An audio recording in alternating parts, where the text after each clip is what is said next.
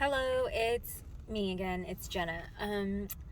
I just wanted to talk a little bit about my onboarding or interview experience with Coding Dojo. Excuse the noise from outside. I'm parked in my car, about to go to into work right now. But basically, I saw I've been looking at coding UX UI design programs, and of course, like on Instagram, they always track you, so I always get these sponsored ads, and I've seen a few of them. I looked at the UC Berkeley extension one. I think there was one called Springboard. There's one called it was like Avocademy, and then there's a whole bunch basically. And I just decided that, all of them are going to be good. They're all going to give me a good experience.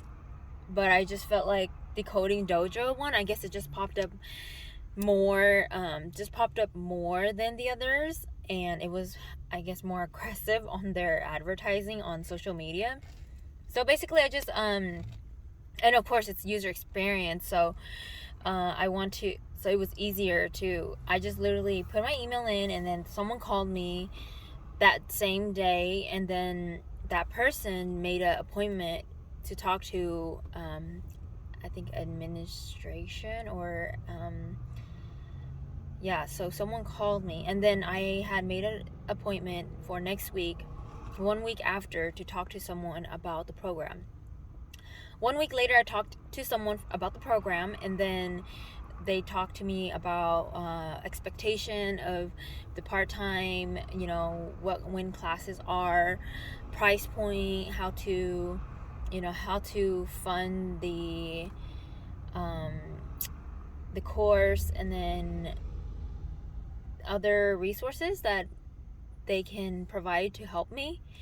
And then so after that, then he told me that the week after there was going to be a open house, and that I should go to that.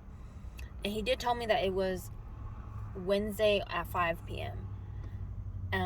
So fast forward 1 week later, I get a text or an email from another person at Coding Dojo saying that he was kind of like the lead of the group, of the course, and he emailed me and he said, oh, by the way, today is this is Monday. So he said, oh, by the way, today, oh no, not Monday, I think it was Monday, it was Tuesday.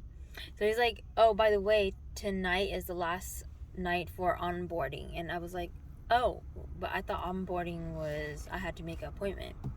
But I thought Wednesday was the onboarding. He's like, no, Wednesday is the open house. I was like, oh yeah, that's right, it's open house. So then I told him I was working, and so he said, oh, that's fine.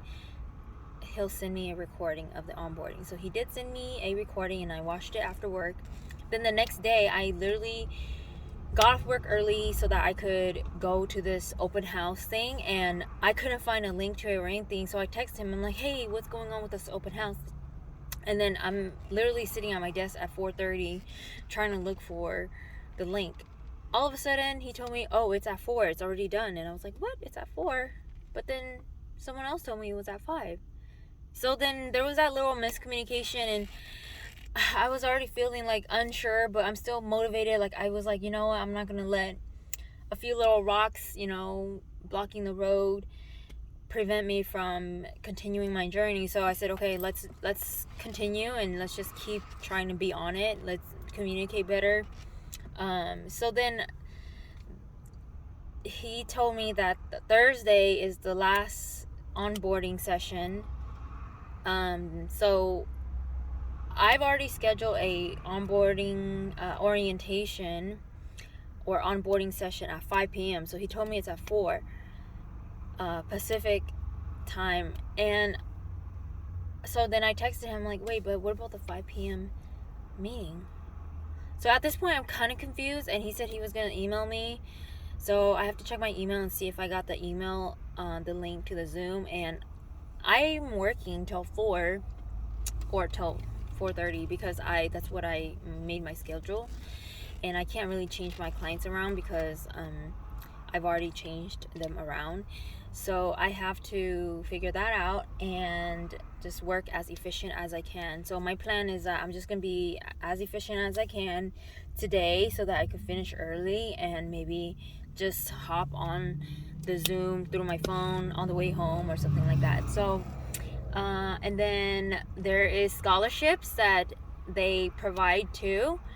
So one of the scholarships that I probably will apply for is Women in Tech. And there's one for diversity, there's one for low income, and there's a few other ones. But I think I'm going to do the Women in Tech because I don't know a lot of women in my life that are in tech. And even if they are in tech, they don't really capitalize on it, or they don't really like know how to help other women to get into tech. And one of my goals is, yes, I want to become a UX UI designer, but I also want to be able to share my experiences to other women so that they don't think, oh, tech is just for a guy thing, you know.